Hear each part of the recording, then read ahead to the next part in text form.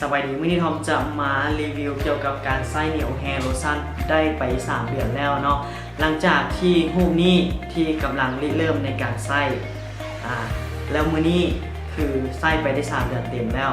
คืออันนี้กองที่3ใกล้สิเบิดแล้วเนาะน้อยนึงจะได้ซื้อละอันนี้หลังจากที่ใช้ไป3 เดือนเต็มแล้วเนาะจะเห็นผลอย่างชัดเจนเลยก็คือผมน้อยๆจะขึ้นมาหลายเลยอยู่นะผักภายที่หัวล้านจากกรรมพันธุ์หัวล้านจากสารเคมี หรือว่าภายที่หัว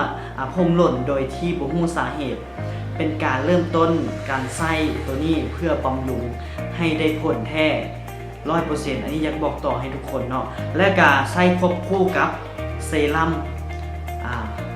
ยาสระหัวเด็กน้อยเพราะว่ายาสระหัวเด็กน้อยมันจะบ่มีสารเคมีบ่มีสารเจือปนอย่างถ้าเอาสระทุกมื้อก็ได้ถ้าเอาไปใส่ยาสระหัวทั่วไปเนาะมันจะสระทุกมื้อบ่ได้เพราะว่ามันจะมีสารเคมีบ่ว่าจะให้ผมหอมบ่หรือบ่ให้มีรังแคบ่อันนี้มันจะทำความสะอาดและก็ใส่ตัวนี้ไปได้ทุกมื้ออยากบอกเขานี่ของดีบ่จะเป็นต้องเว้าหลายเนาะอยากให้ทุกคนได้ลองใช้นำกันเมืองไผที่มีปัญหาไผที่บ่มีปัญหาจะบ่ฮู้โดยตรงว่า